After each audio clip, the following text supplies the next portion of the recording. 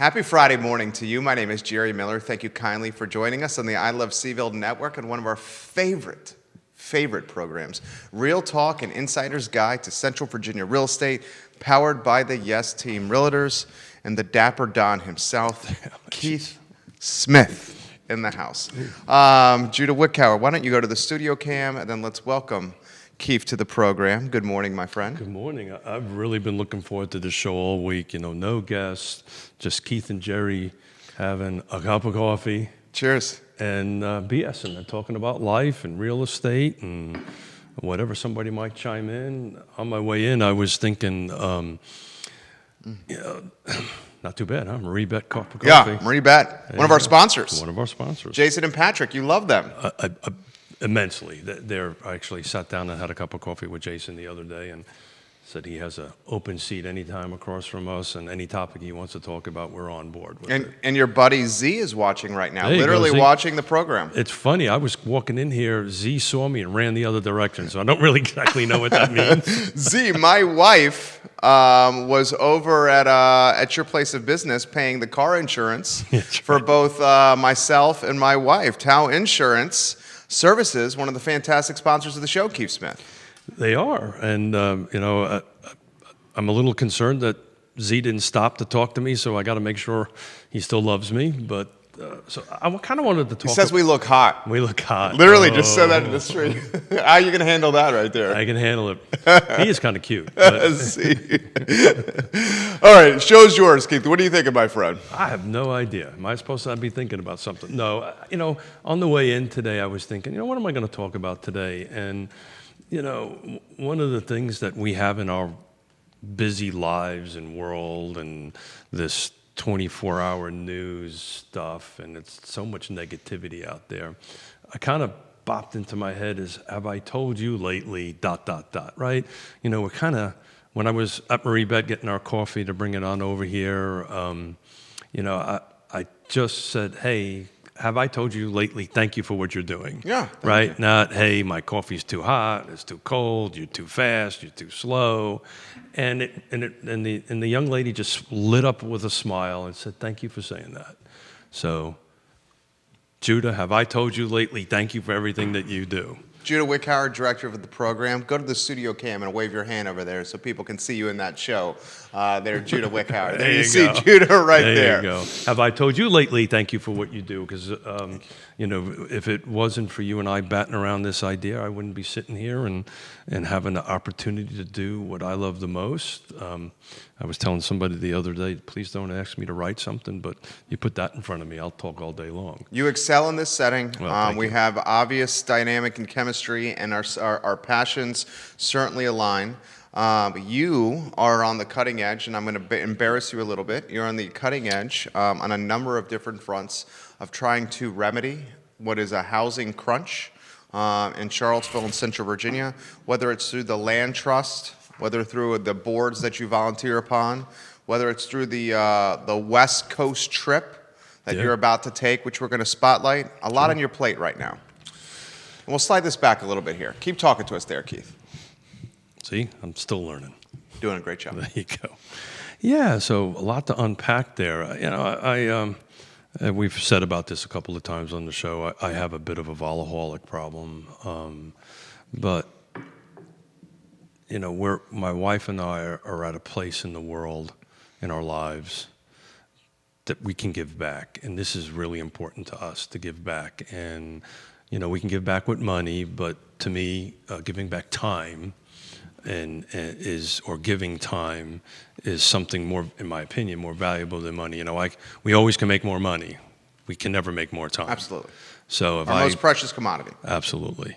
I'm actually heading out west on the 5th through the 11th of November. Actually, Michael Guthrie will be sitting in this seat. And I believe the game plan is to unpack the car report, assuming it comes out by then. So hopefully it will, and we'll go ahead and do that.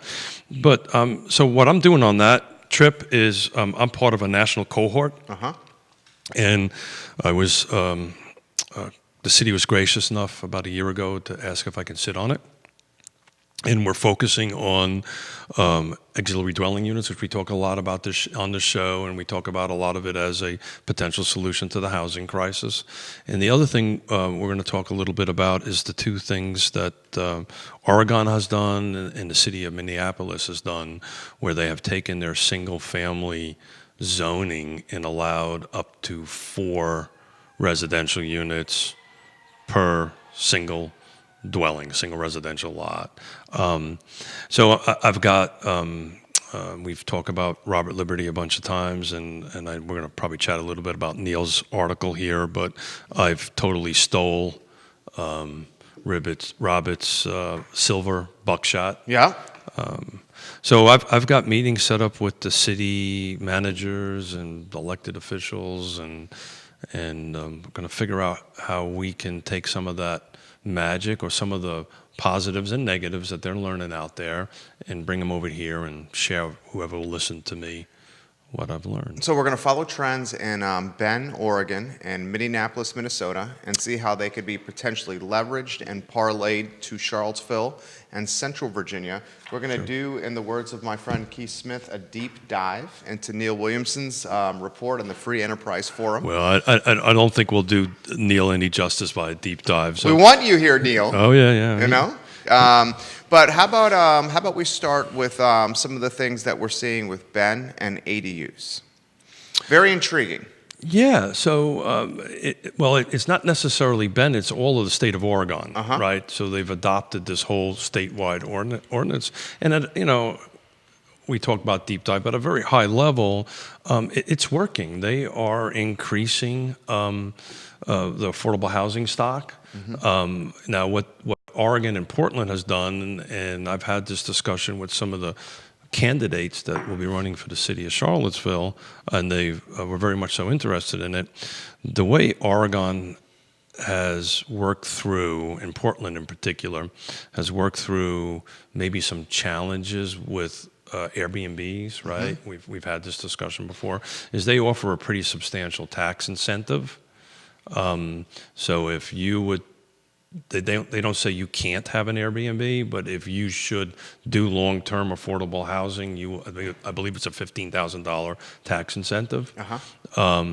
So it's worked out pretty good. If you have an opportunity to go out there and wander around, you can actually see the impact, physically see the impact. So I'm excited for that opportunity again, and we're bringing a representative from the city with me and a representative from Albemarle County. Nice. And these folks will get in the ground or on the ground on how they can potentially write policies and so forth and so on. So we banter back and forth here. Let's take some of our neighborhoods, like 10th and Page, like Fifeville, like Belmont, any neighborhood in Charlottesville. We know with real estate taxes and with assessments increasing, we know that sometimes this makes it difficult for folks on a fixed income or retired to maintain their personal residence because their dollars will only go so far. If the city is a little more relaxed with the ability to use ADUs and maybe homestays, these are opportunities for homeowners on fixed incomes to potentially stay in their home longer because they can manage the overhead that's tied to their home through supplementary income streams, like Airbnbs, like a cottage in the backyard, if you may. This could, and I'm going to throw it to you, pass the baton to you, my friend, could maintain the integrity of a lot of neighborhoods across Charlottesville, certainly a lot of neighborhoods that are, historically poorer neighborhoods. So that's exactly what they found happened in Portland. And it does a little bit more than that. It actually has the opportunity to create generational wealth. Right. So, and it also has the opportunity to curb gentrification. Right. So and particularly now they really have not implemented, it's a horrible name, what they call it, but the acronym is called RIP, which is Residential Infill Program for Oregon. That's the title of the... They should totally change that acronym. I think they need to hire a marketing guy. Matter of fact, I'll give you cards out when I'm there. Okay. Well, I think you could come up with something better than that, too. RIP is the name? So when they told me that, I said, Robert, really? I mean, give me a break. They got like a little tombstone or something Right. that comes with it. Yeah, so I'll hand your cards out. Maybe they can get a branding guy out there to yourself fly out there, and we'll have some fun and fix that for them. But so they really have not implemented this increased density, for lack of a better term. It just passed. The cities have a certain period of time to adopt it on their own ordinances, so I don't want to get too much in the weeds on that. But they have found that the ADUs have been very effective in that. So, it helps diversify neighborhoods. Yeah. It Where do you helps. stand with ADUs? Oh, I love them. You love them? I'm kind of spending my own time and money to go out west to do this, so I ought to be a little passionate about it. So I think it's a great opportunity. There's multiple levels of complexity to it, from the perspective of, physically, right? So I'm a recovering development builder. Okay, how am I going to physically put a building behind another building? Sure. How am I going to access it? The traffic, the parking. All this fun stuff. The not in my backyard, folks.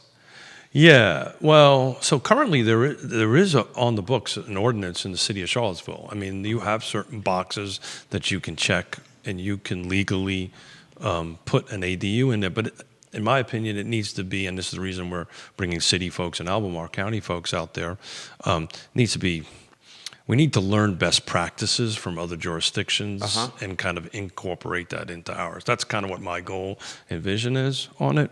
But absolutely, a family that may have been in a piece of property for quite many years, decades, they can potentially do this. They can potentially lease the back out. Personally, I'd love to see it leased out to an affordable housing person, right? And interesting. Yeah. So you would put as one of the, if you want to have this ADU, this cottage in your backyard, you would put the caveat that it's got to be tied to area median income in some capacity. No. Okay. How would you caveat it? I would caveat that if you wish to receive some sort of incentives. Oh, understood. Right. So Understood. if there's financing incentive, there's myriad of silver buckshots within this particular buckshot. Understood. Right? So basically, if someone could do a cottage, and if they want to rent it to anyone, say they want to rent it to a Market rent, exactly, market rent, then they're not incentivized from a tax standpoint. But if they do it to someone that is below a certain threshold of AMI, then they get some kind of tax incentive. Well, there's multiple tools in the toolbox, right? So they could have reduced connection fees, water and sewer connection fees, because you're required to have a separate connection for it, right? So and there is actually on the books. How much does that cost? So in the city of Charlottesville, it's roughly $10,000. Get out. But if you can demonstrate that it is for an affordable housing, we just did this on Nassau Street. Your land trust, yeah. Correct. It's $1,600. Yeah, $1,600. $10K for an extra water connect? Well, they have to make a separate tap, and they have to make a separate. So it's a process. That doesn't include physically doing the work, by the way. That's just to feed the right to connect. Interesting. So there's multiple tools in the tool chest to incentivize somebody, Jerry Miller, right?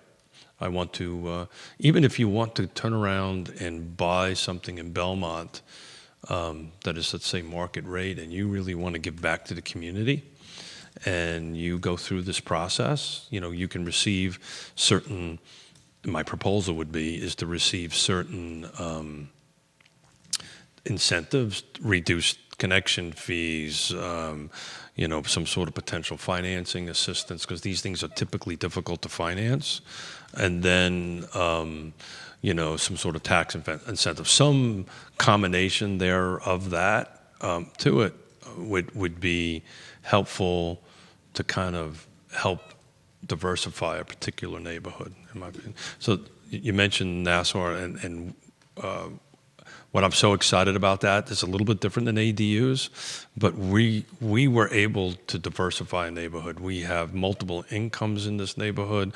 We have multiple ethnicities in there, everything from a single white male father to a single white female father, an African American family, and and I don't know if Christine is watching, but I believe it's a family an immigrant from Bhutan or Burmese. I may have it wrong.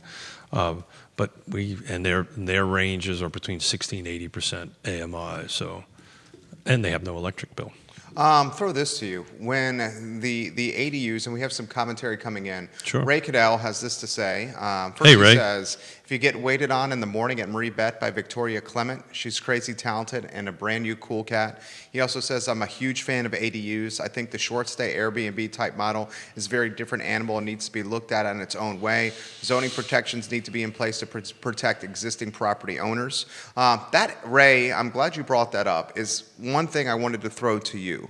The mindset of the cottage or the basement apartment, the in-law apartment, as opposed to an Airbnb homestay, from a layman's perspective, seem to fit somewhat in the same family, maybe like second cousins. But as I've learned from you and this show, very different animals altogether.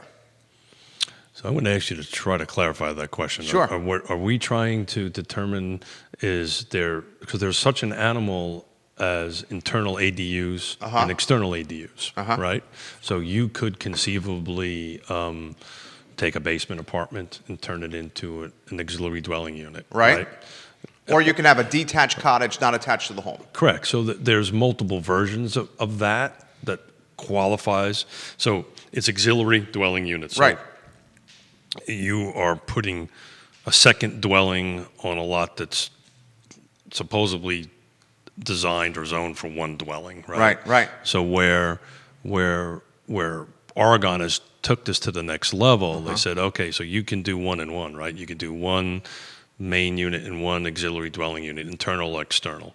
They also now have said you can add up to 4 onto that, so you would add 3 more dwelling units on it. So I'm not so sure I answered the question, but this is what I was going to throw to you, and I think this is what Ray's getting at as well. And we have some other commentary coming in. Sure. With the ADU. I thought we were going to talk about hair today, but okay. You recently got a haircut, didn't you? I did, yeah, sure. Yeah, Hairsmith and Company on Market Street. No, actually, I cheated on my sister today. Don't tell her that. So. Okay, don't tell her that. We're not telling her, even though her husband's watching right now. Totally don't tell her that. I'm going to throw this to you. With the ADU, I see it as being a more viable solution for the following reasons, and I'm going to throw it to you.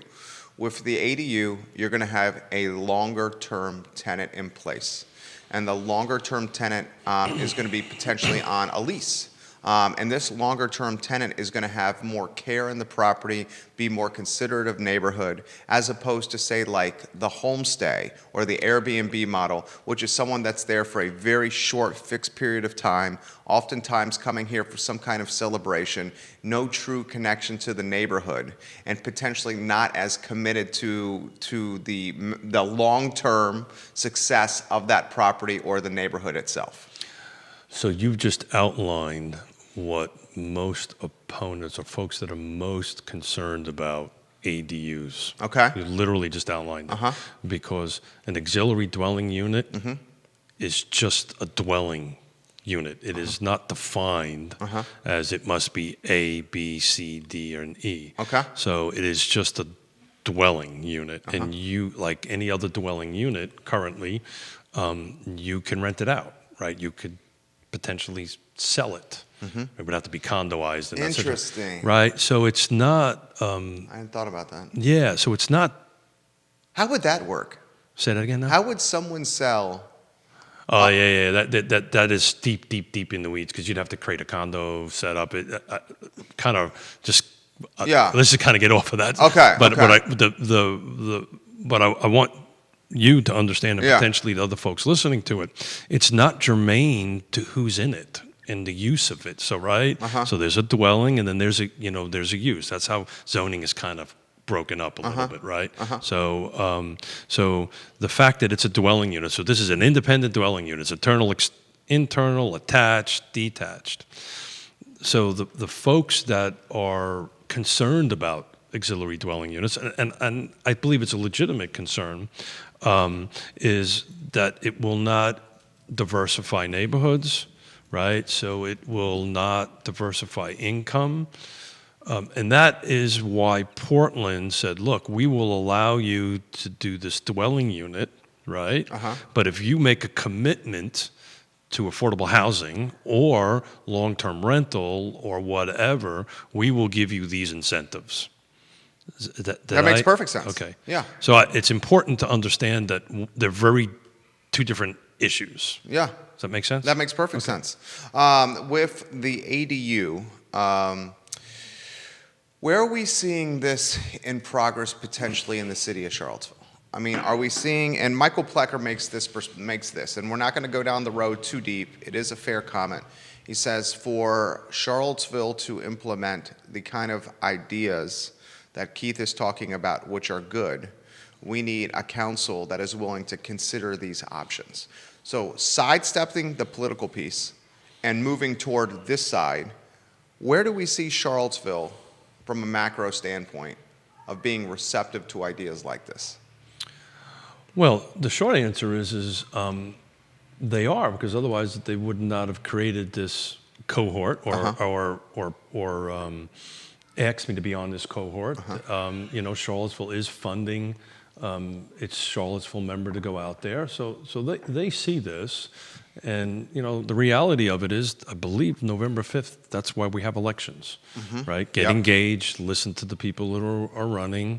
I don't happen to live in the city, but vote. And if this is a candidate that is talking about this is important to you, then you vote for that person. And that's how this works. This is an intriguing question. This comes from Ray. Would HOA still be able to regulate both ADUs and short-term rentals regardless of changes at the municipal level? Whoa. Yeah, that's a good question. Yeah. And the answer is, I don't know the answer to that. I would think that the HOA docs would have to be, the bylaws would have to be changed. Yeah, so it's a little, and great question, Ray, and thank you so much. And just before I give you my 2 seconds on that, Ray, you've also got an invitation from across from us anytime you want. I think that's going to be, any conversation with Ray is a good conversation. So the reality of it is the controlling docs would control that. So whichever would be greater would and Ray may agree or disagree with me and chime in a little bit of a better answer. Because you're at the lake. Lake is HOA? Correct. So I'm at Redfields. Redfields is HOA. Correct. So great question. So I'll put a story to it. I have a client, an investor client, and wants me to look for some homes for Airbnb purposes. Okay. Right. And so what you need to do, and Ray would do this, or any client or any real estate agent that knows the business, I immediately start digging into the HOA docs. Is it allowed? Is it not allowed? Like, for instance, believe Cascadia, you can't have a short-term rental any less than 90 days. I have a rental in the villas at Southern Ridge. Corbin Snow also had some, and he was making a killing doing the Airbnbs. And then the board did a bylaw amendment and disallowed short-term rentals as defined by 90 days or less. Further perspective here in the Macklin building, president of this building, we had the third floor, their penthouses that go $600K to $1.2 million. And we had someone on the third floor use the Macklin, one of the penthouses in the Macklin, for Airbnb purposes without telling the board. You'll appreciate this. One morning after a UVA football game, this is a Saturday UVA football game. On Sunday morning, the first and second floor are commercial. On Sunday morning, someone who serves on the board with me went into the building, got into the elevator, and the person that was using the Airbnb was someone who just graduated from college here for the UVA football game, was passed out in the elevator with 18 empty Budweisers all over him at the elevator. And she was so taken aback, as she should be. And that led to us disallowing Airbnbs in the Macklin. So, I'm sorry you had that experience. It was crazy, right? Yeah, well, sorry you did. But this brings up a topic, and maybe we'll dive into this into November and see if Ray can come on board and maybe bring another broker across the table.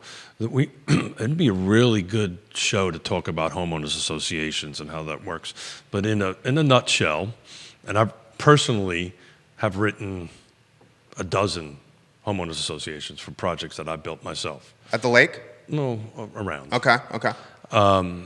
So again, not to get into the weeds, but there's controlling documents, there's covenants and restrictions. But one of the things that we tell people when you get into a homeowners association, I think this is where Ray's trying to go with this. This is the reason why the state said if you're going to buy into this building, you got 3 days to review the docs. Right. You don't like them, you're out. Right. The board, as you just found out, can change the rules and regulations. That's right.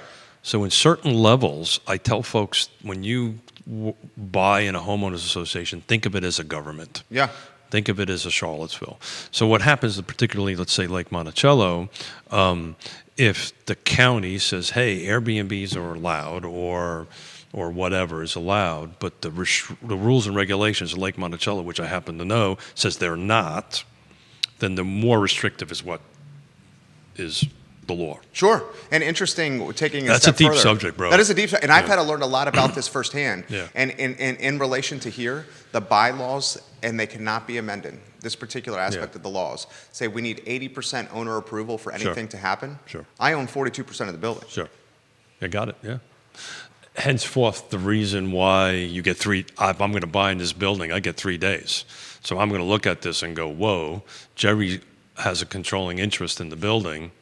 I'm not sure if I want to do this or not. Because you unilaterally, because you get a vote per unit, right? Or We have per square feet. okay, whatever it is. Yeah, yeah. So you have X amount of votes, which I would imagine is a majority. 42 out of 100. And you need 80% for anything to happen. So we're controlling. Well, is it 80% on anything or 80% to change the covenants and 80% to restrictions? change the covenants and restrictions. Yeah. And then the board determines the rest. Got it. Yeah.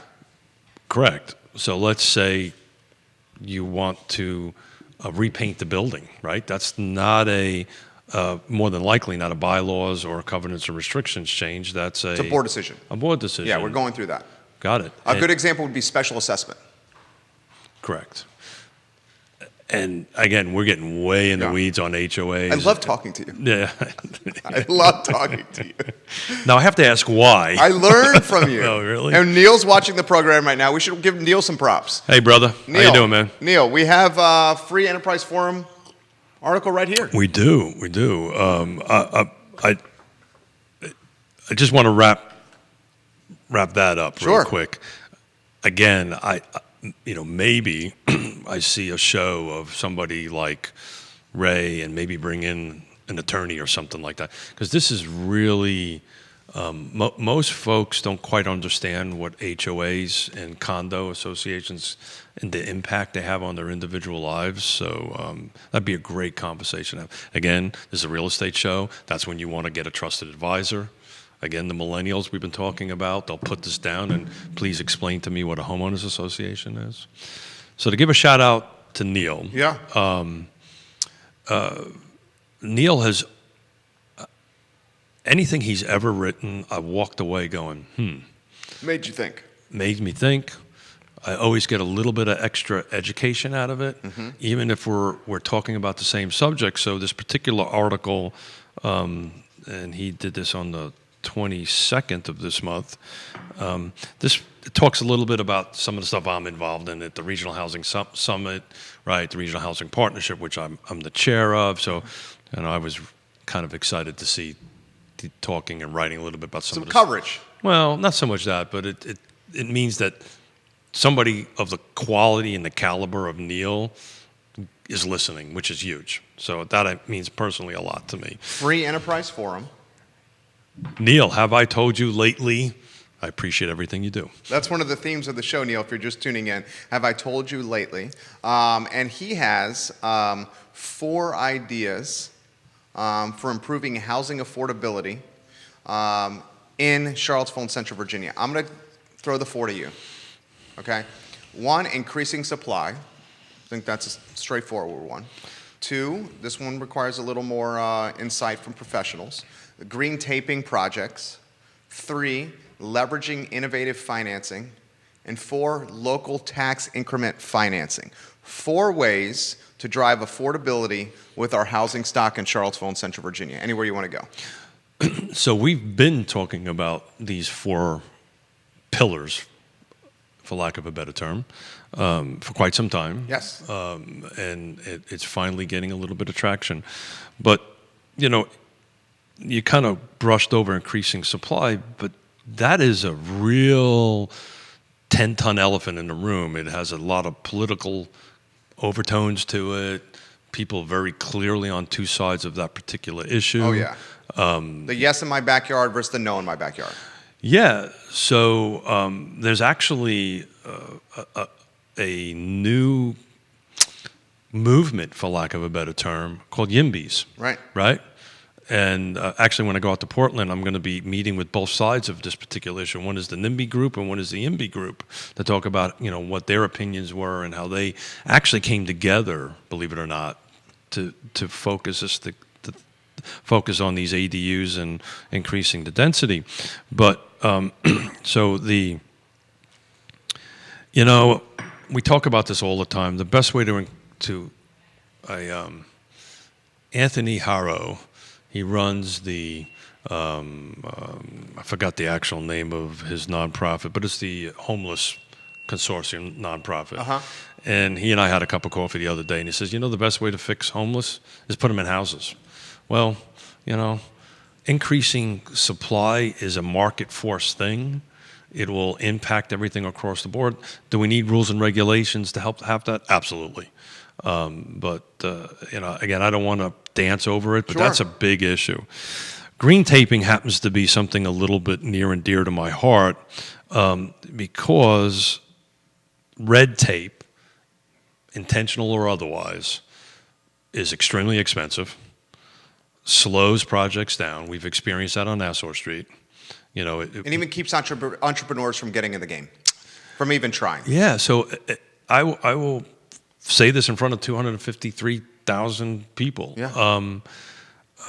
If I wasn't such a jarhead and kind of that'll move forward because of the pushback we've got, intentional or otherwise, from the city, I would never do another affordable housing project in the city again. And I actually told my board that. I said, you know, it's too hard. It's too difficult. Can you give us any perspective on that?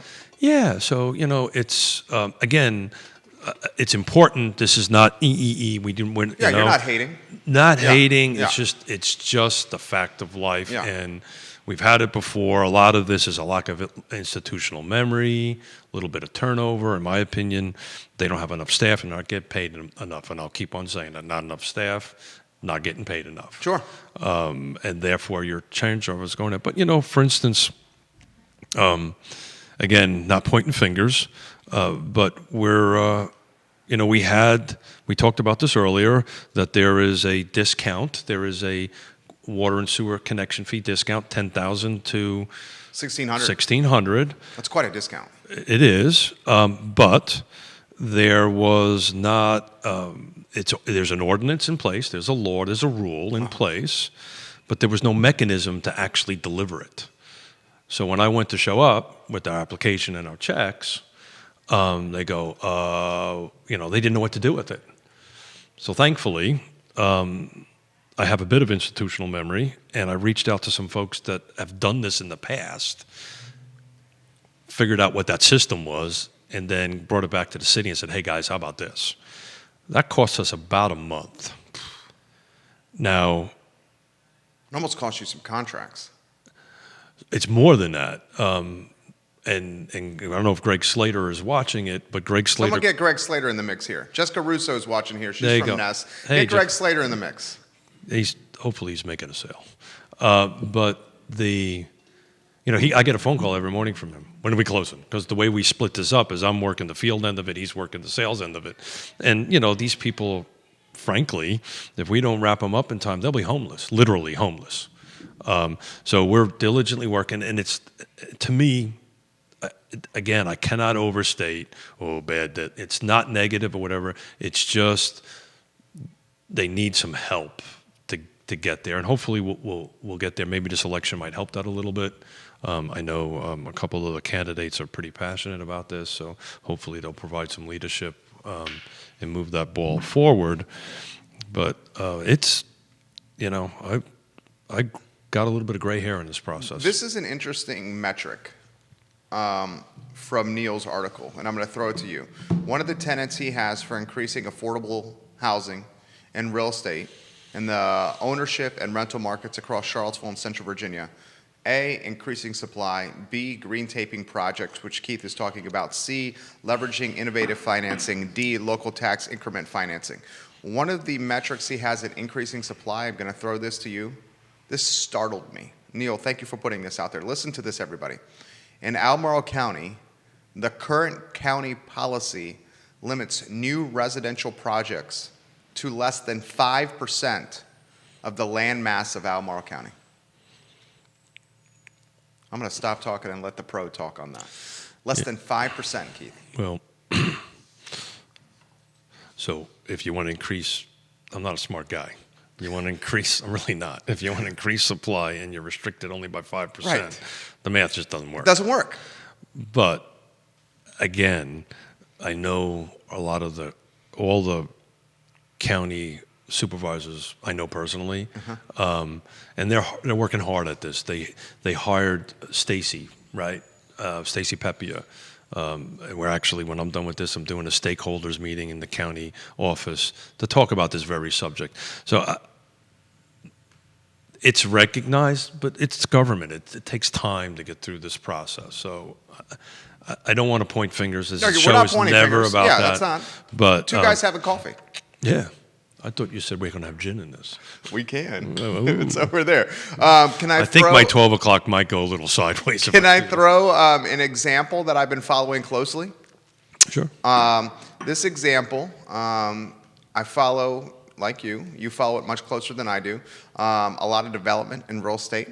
Southern Development, one of the top 5, as Greg Slater has pointed on your program, Sure. of developing homes. Sure. One of its partners, Frank Bailiff and Charlie Armstrong, partners on that project. Sure. One of the partners, Charlie Armstrong, wanted to do a development in Fry Springs called Flint Hill. Mm-hmm. And this particular development would have done 8 rows of townhouses in Fry Springs next to a bus line. 8 rows of townhouses. 5 of them would have been allocated to affordable housing over a 10-year period and built by Habitat for Humanity. Sure. This failed by a 5-0 vote to get the necessary approval with Charlottesville City Council. Mm-hmm. As someone that's not as well versed as you, I was startled that a council and a community that is on the surface prioritizing affordable housing would not push this through. Townhomes by nature are lower price points than single-family detached. 5 affordable housing units by Habitat for Humanity is better than 0. Sure. And next to a city bus line, and done by a developer like Charlie Armstrong and Southern. Good track record. Good track record. Yeah, sure. Your thoughts on any of that? Yeah. So I have not attended all those meetings, so I can't really speak to how it transpired, and I really haven't had an opportunity to research it in great detail. I know I'm doing a bit of the political answer, and I'm kind of skirting around the answer. The concept was spot on. There may have been some devils in the details, and I know Charlie and Frank well enough to know that they'll learn from whatever that was and retool this and bring it forward. They are really smart guys, and really, and Greg said this, that particularly Frank, who's the owner of the company, really is trying to do the right thing. Yeah. So it'll come back. Potentially there were some misunderstandings. Again, I was not involved in the intimate details of it. But I do want to, that brings up a subject, right? Because transportation is so important as a part of this, and it tends to get overlooked or not really brought into the conversation. And there's another article that you and I have been sharing each other. It came out the beginning of this month about, again, it's in Portland, and it's mid-density zoning. And what they did is they removed the parking requirements. And if you read through the article, it drove the cost, and I've been tracking these pretty closely, it drove the cost of the units from in the 6s to the 2s. a substantial change. So anybody who's in the development building business, believe it or not, parking costs more than finished square footage. And the reason it worked was they basically said, if you're on this bus line, or in their case, they have light rail, right? If you're on this light rail, you don't have to do parking. And I'm just I'm just making a very simple, 9-page article into a couple of sentences. Cliff notes. And at the end of the day, it worked. A lot of pushback, very similar to the conversation we just had. And if you read through the article, what they actually did, which I'm passionate about, they brought in the land trust. There's 2 land trusts in Portland. Mm-hmm. They brought in the city folks, and then they brought in the neighborhoods, and they had multiple meetings to kind of develop this very transparent, very public, lots of input. And it turned out, if you read the article, that what happened was the NIMBYs turned into YIMBYs. They went, well, hold it. That makes sense. Well, hold it. Okay, we can do that. And so we talk about this all the time on the show, and it's one of the things hopefully we do here as the best of my ability, provide a little bit of education. I don't know if I'm achieving that or not, but I do like to talk. So Roger Voisinay, welcome to the show. Hey, Roger. Seth Batten, welcome to the show. We got folks from Century 21, Keller Williams, Nest Realty, cool. Roy Wheeler, and Real Estate 3 watching the show. Thank you, guys. This portion of the program, thanks to First Heritage Mortgage and Charlottesville Settlement Company. Yeah, so that was a great show last week with Katie West and Yes. Charlottesville Settlement. It's believe it or not, that was a little nervous about that show. That's a pretty dry subject, and she made it fun. But it's funny. I actually, and I have to tell Katie this, I actually used this show and sent the link to that show to a client who refused to get owner's title. I said, look, before you sign this waiver saying, no, I don't want it, take a little bit of your time and watch this. And it worked. She flipped it. She said, yeah, let's do it. I mean, for that was a good move. $400, I mean, it's a no-brainer. So as far as I'm concerned, No. This show just won. We were able to convince a 23-year-old who her father said, don't do it. Really? Oh, yeah, sure. Yeah. Interesting. Yeah, it happens. So we're not getting into any fun yet. What do you want to get to? I don't know. I want to get into trouble. You want to get? Your wife said no trouble. I know that. Is she watching? Your wife is not watching. I do not see your wife I think watching she's right actually working. Yonna Smith is working. Yeah. Well, somebody's Yvonne gotta- Smith says, great insight, Dad. Oh, She's watching. Yeah, so good girl. That's 9 o'clock in the morning. Harry Tyson is watching. Oh, hey, love my son-in-law. Harry, I'm starting to love you too. You come up so much on this program. I love you too, Harry. Yeah. When he's here next, we will put him in that other chair. Is he going to come on the show? Well, yeah. What does Harry do? Harry's a genius, so I'm going to let him chime into that. But Harry has a skill that I wish two skills that I wish I had, and I'll never probably have them. He can write something unbelievable, and really good in math. Okay. So he does some comptrolling for a hedge fund, so I don't really want it's. Understood. Yeah. Understood. Yeah. Got to keep it on the DL right there. Well, it's sensitive stuff he does. So. It's 8 a.m., Dad, Yvonne says. Oh, look at that. See, I told you the whole math end of it. Right. See, Harry, how come you didn't bail me out there, brother? I think she almost did the emoji with the hand smack on the face. Can you see your daughter? Can you see your daughter doing that? Oh, yeah. Yeah. Dad, you're a freaking rock. So we're actually I'm really excited about it. I'm going to fly out to see her on the 5th. Nice. Yeah, and she's going to come down with me to Portland and attend a couple of these meetings. We have this comment here with ADU conversation. Sure. Why not put a 90 or 180-day minimum stay on ADUs of all kinds to take care of the short-term rental concerns? So I have a step better than that. Ooh. And so I made this proposal. So I was there 8 or 9 months ago with this cohort, and I'm actually going to give a presentation of it. I vetted out some of the numbers and so forth and so on. So there's a path of a partner. Oh, you're smiling. That can't be good. Your daughter cracks me up. Yeah, what did she say? No. Finish your topic. Finish your topic. I don't know. I don't know if I want to do that. I'm trying to be serious here, folks. Okay. That's why I'm not getting to it. Yeah, but with a smile like that, give me a break. What was your idea? I don't want to. Yeah. 90 or 100 a day was the topic. Yeah, so the 90 triggered it. Okay. So what I'm actually proposing, and I built a model on this, is where there's a partnership between you. So you own a home in Belmont. Yeah. You come to the land trust. Yeah. And you say, okay, land trust, I'm going to give you a 90-year lease on a specific portion of my property.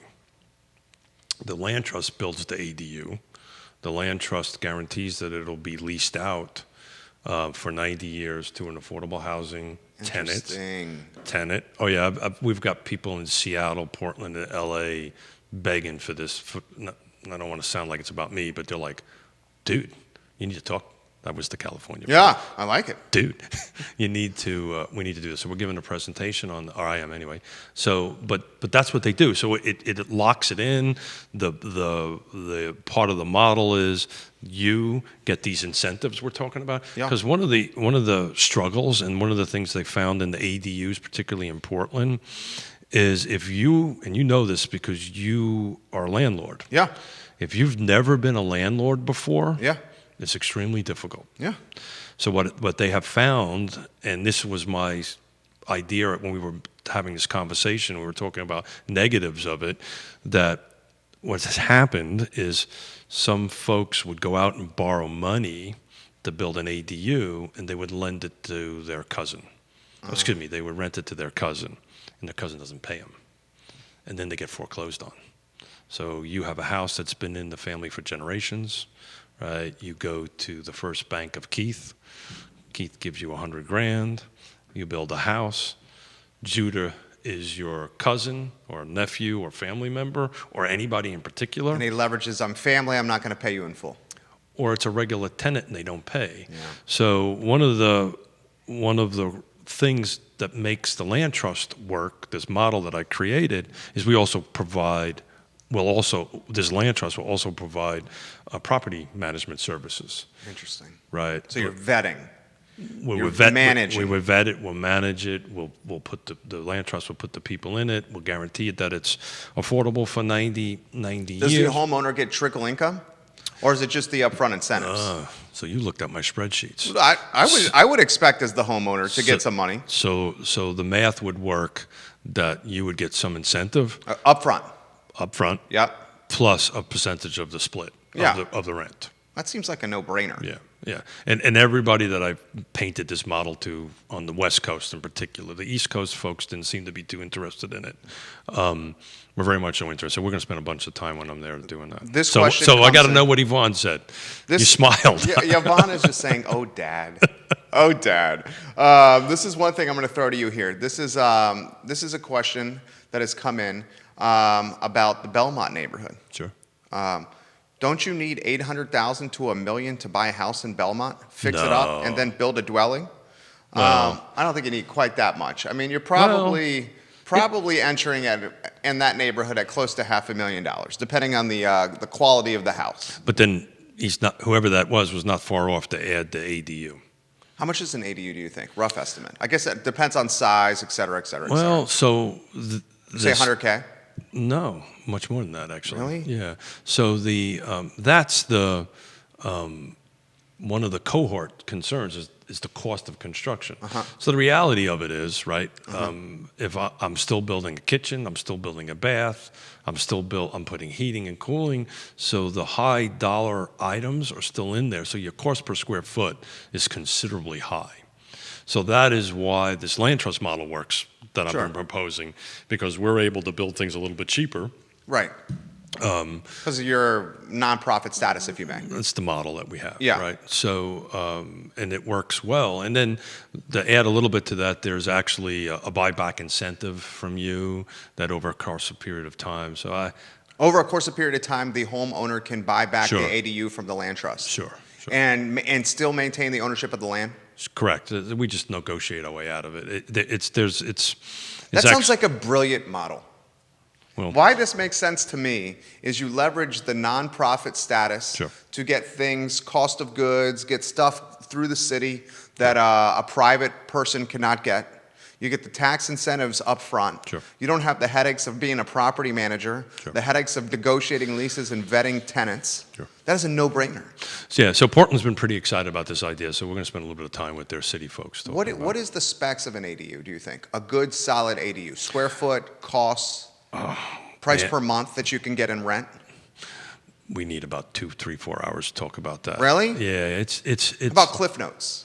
Yeah, so there's a lot of brain damage or a lot of hard looking at COC, cost of construction, or Yeah. COD, cost of development on it. There's everybody looking for modulars, which is great in certain circumstances, but if you're in Belmont and I got to shut streets down and I got to boom something over the top of a building, Yeah.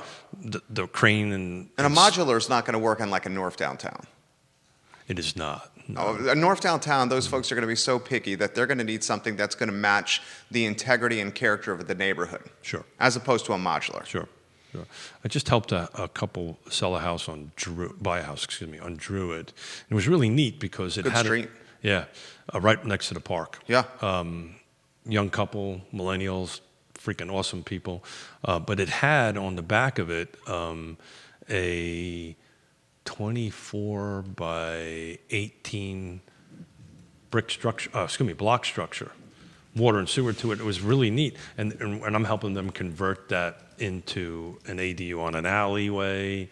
They're going to build some income. It's just working out good, but it's very site specific, right? So it's the builder in me squirms when you start doing that, right? So how much a house is going to cost? Well, it can be anything from this to that, but I mean, I think you're going to probably need like 400 square feet.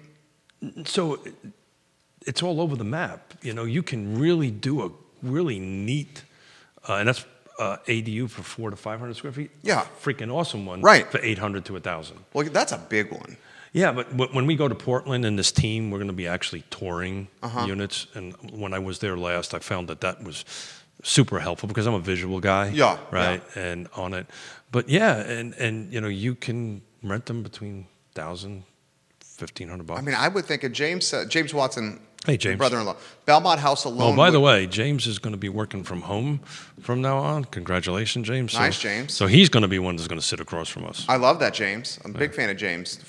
First met him in 2002 at Orbit. I know that. Belmont House alone needs $160K to modernize before even going into the building of an ADU. If it's already been renovated, then you're looking at $600K starting. Sure, he's right.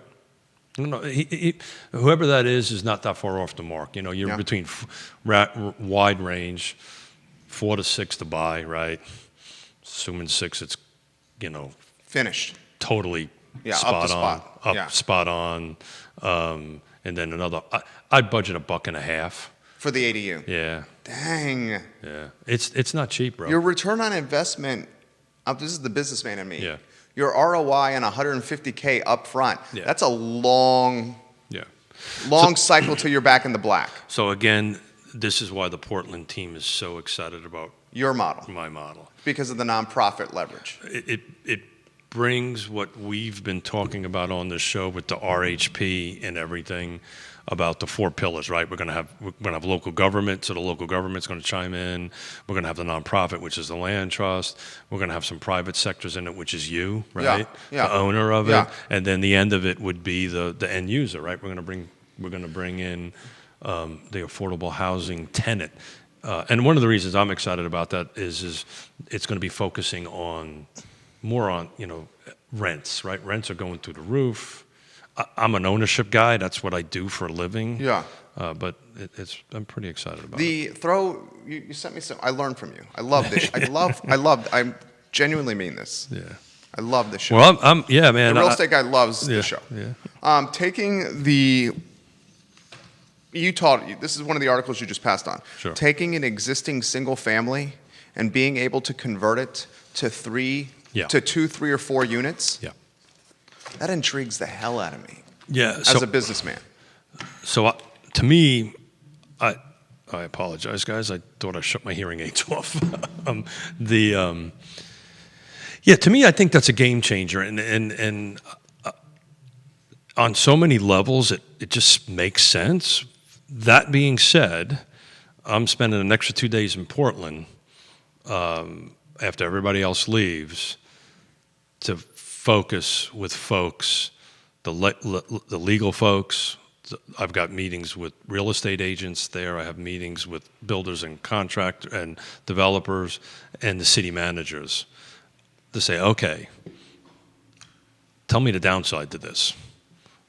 Because it just makes too much sense to me. So there must be, what's the negative here? Okay, playing devil's advocate for the sake of a show. Sure. Here's potential downside. Sure. To taking a single family detached and putting 4 units there. Sure. The potential downside is that neighborhood is going to have a hell of a lot more wear and tear on its roads from cars and traffic. That neighborhood is going to have its common area utilized by a lot more people. Sure. Take Redfields. If I took my half acre, 3,000 square foot 1993 home and was able to put 4 units there, the playground's going to get a lot more wear and tear, Sure. a lot more bang up on the roads. So the HOA costs will increase. There's going to be a lot more congestion on the road from cars being parked there. That is the only potential downside I see. The businessman sees 4 potential rental revenue streams as opposed to 1 rental revenue stream. Versus you and I buy up 2 or 3 buildings and go for a rezoning in a multi-story apartment building. So now that increases the density. This keeps the neighborhoods more residential. Again, I don't know what the downside is because that's where I'm going out there to learn. But that doesn't, I don't disagree with what you just said. I think that's a negative to look at. But, you know, this system, so to understand this is a state law. So just imagine trying to get something through the Virginia legislature. So this has been vetted and dug into and went through. So a bunch of really smart folks probably, vetted through this. I get it. Okay, so tell me what the downside is. I get the positive, so tell me the negative. And again, we're just speaking rhetorically right now. Yeah. Because for the sake of a talk show. I have no idea. I'll find out, though, and I'll report back in. Excited. This was an easy hour. Is it really? Yeah. I thought we were going to have. Oh, we gotta have some. Didn't that fly by? Yeah. And who was I talking to the other day? Bringing in Ting. We're going to bring in Ting in November. Love it. And Ting and I think it's the last Friday. Ting and Elizabeth Cromwell are going to come in. Nice. And so the person who manages Ting goes, an hour's a long time. I said, yeah. No, easy peasy. Yeah. Easy peasy. Good show. We will archive the show in totality, guys, on ilovecville.com. So we're not going to do any questions back. Do you want to? Let's do it. Let's go. 60. You know I'm catching a plane. Oh, yeah, that's right. I'm catching a plane here to San Diego, but let's do some questions. No. Let's not do questions. Yeah. I want to give a shout out to you. Yeah. Tell me what you're doing. Going to San Diego as a keynote speaker tomorrow. Fly out of Richmond today. Catch a 3 o'clock out of Richmond to Charlotte to San Diego. And the keynote speech is how. I'm getting a phone call from my wife right now. She's like, "Where the F are you?" That's literally what she's doing. She's out because she's coming with me. I was hoping to get into a lot of trouble this show. We did not do that. Trouble. So I've ended it well. Basically, Thank you very much. the speech is how you can leverage social, digital, and mobile marketing to build a real estate portfolio. And ours is how we've gone from 0 to 5 mil. Shake my hand. Go see your wife. And 6. We got a photo to take. She could wait a little bit. Did you just say that online? I will catch a grief in the car right now. But that's going to be in San Diego. So as I'm taking a trip, you're taking a trip. I am. Yeah. I'm not going to miss any shows though. Yeah. Well, I'm not going to miss any of your shows. I am going to miss 2 of my shows. One today, Monday and Tuesday. But that's how much I like this show. So is that like guilt or something? No, you are missing a show, though. I know I am. All right, goodbye. Have a nice flight. We're done. Real Talk, powered by the Yes Team Realtors, guys. Keith and Yonna Smith, your solution for real estate in Charlottesville, Central Virginia, Albemarle County. These people know real estate like the Pope knows holy water. There you go. This show is going to be archived on ilovecville.com. It's going to be turned into an iTunes podcast. It's going to be sent to an e-newsletter that I Love CVille sends out every morning at 11 a.m. that reaches 118,000 inboxes. Your wife's calling me. 17. She's calling me again. Hurry up. Let's go. Come on. Enjoy your weekend, guys. Take care. She's calling me again. take a quick photo, Judith. I got to get the hell out of here before I get screamed at here. I think you just did, brother. I did get screamed. It was a great show. Yeah. Flew by. Yeah. I did.